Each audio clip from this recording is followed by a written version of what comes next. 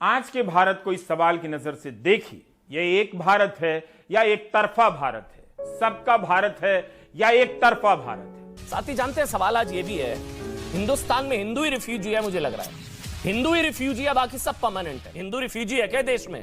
पिटने मार खाने के लिए क्या? पिटने के लिए क्या हिंदू मार खाएगा? हिंदू दिल्ली के जहांगीरपुरी में हिंसा का नंगा नाच।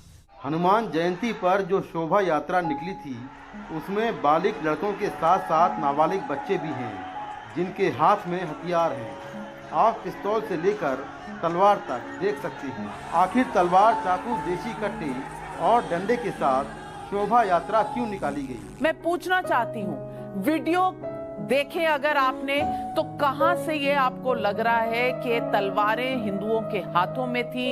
यही शोभा यात्रा जब जहांगीरपुरी के सी ब्लॉक की इस मस्जिद के सामने से गुजरी तो हिंसा शुरू हो गई। मस्जिद के लोग कहते हैं कि शोभा यात्रा के लोग भीतर घुस गए और तोड़फोड़ की। शोभा यात्रा में शामिल लोगों का कहना है पहले मस्जिद से पत्थर बरसाए गए, उनकी कोई गलती नहीं थी। गलती हिंदुओं की या दंगाइयों की? अगर हिंदू अपनी शोभा यात्रा निकालता है और मस्जिद के बाहर से निकलती है, पत्थर कौन मार रहा है हम सब जानते हैं। कोई हिंदू जाके पत्थरबाजी नहीं करता है किसी भी इलाके में, कोई हिंदू जाके दंगे नहीं भड़काता है। हिंदू दंगाई होता ही नहीं है और गलती हिंदुओं की निकाली जा रही है। स्टूडियो में को हैरानगी है। स्थानीय लोगों का कहना है कि जब हिंसा शुरू हुई तब वहां पुलिस बहुत कम संख्या में मौजूद थी। देखते ही देखते दोनों ही पक्षों में जबरदस्त पथराव शुरू हो गया। आगजनी हुई, वाहनों में तोड़फोड़ हुई, दुकानों को लूटा गया। इसी भीड़ में नीले कुर्ते में ये युवक गोली चलाते दिखता है। पूरे मामले के अंदर बांग्लादेशी एंगल निकल के आ रहा है। ये बांग्लादेशी मुसलमान एंगल है। बांग्लादेशी मुसलमान का एंगल इस पूरे मामले में निकल के आ रहा है। और बांग्लादेशी एंगल, आप रोहिंग्या एंगल, रोहिंग्या और बांग्लादेशी का जो एक एंगल है वो तो है ही। रोहिंग्या को बीच में लाकर जहांगीरपुरी के मामले को एक दिशा में ले जाने की कोशिश हो रही है, दूसरी दिशा में। रोहिंग्या मुसलमान हैं, बांग्लादेश के आए हुए लोगों हैं, क्योंकि मैं उनके घरों में खुद गई हूँ। लगभग यहाँ पर ऐसे 2-3 घरों में मैं खुद गई हूँ जहाँ पर रोहिंग्या मुसलमान है। वो ये मानने को तैयार नहीं है। वो कहते हैं हम कई पीढ़ियों से यहीं पर रह रहे हैं। वो बांग्ला बोलते हैं, वो बांग्ला बोलते हैं। अभी यहीं पर मैं ऊपर वाले उस घर में गई थी। ये सब इल्लीगल कंस्ट्रक्शन है, इस पूरे इलाके में इल्लीगल कंस्ट्रक्शन किया हुआ है, लेकिन किसी की हिम्मत नहीं है कि इन जगहों पर कोई उंगली उठा सके। A few moments later. पहली तस्वीरें आज तक पर आप देख रहे हैं, क्रेन चल रहा है मस्जिद के सामने। मस्जिद के ऊपर सबसे पहला क्रेन जो आप देख रहे हैं, आज तक इस पर वक्त एक्सक्लूसिव तस्वीरें आपको दिखाता हुआ। ये ऐतिहासिक तस्वीरें आप आज तक पर देख रहे हैं, ये ऐतिहासिक तस्वीरें हैं।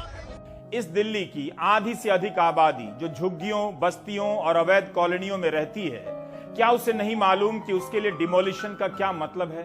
गरीबों के घर पर या उनके मोहल्ले में जितनी आसानी से बुलडोजर चल जाते हैं, क्या अमीरों के मोहल्ले में चल सकते हैं? डंके की चोट पर बोल रहे हैं, देश नहीं झुकने देंगे, बुलडोजर नहीं रुकने देंगे। इंडिया विद बुलडोजर, देश मांगे बुलडोजर राज। पत्रकारों ने जिस तरह बुलडोजर के बहाने गरीबों पर हो रहे प्रहार का जश्न मनाया, लगता है पत्रकारिता भी बुलडोजर हो गई है। बुलडोजर चलेगा और ये आपने उत्तर प्रदेश में देखा है।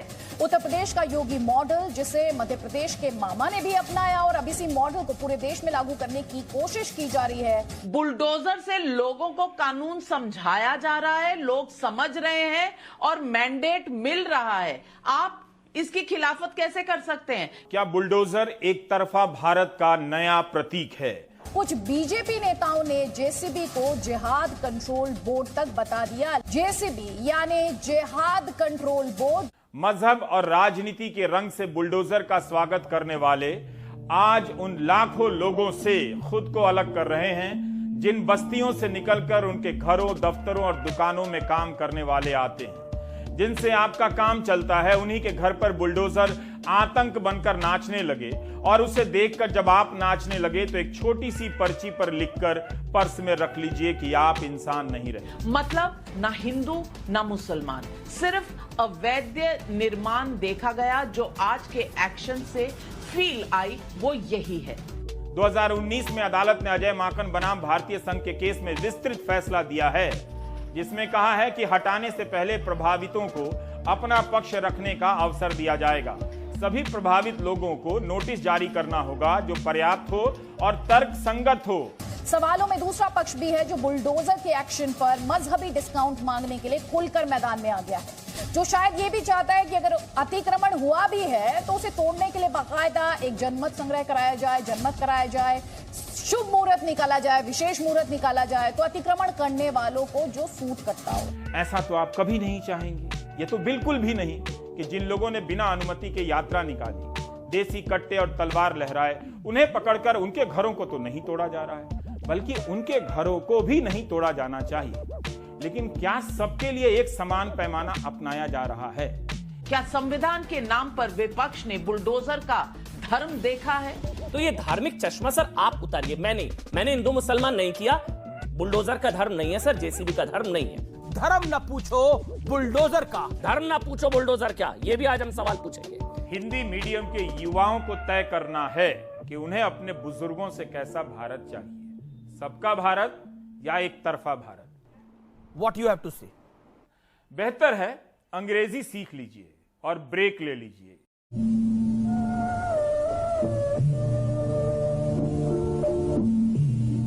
आज ये वीडियो पर्दाफाश करते हैं। सोचिए, समझिए, जानिए ये हो क्या रहा है भारत में। Do you get my point? This is a basic fundamental point, my viewers. ये बेसिक फंडामेंटल पॉइंट है।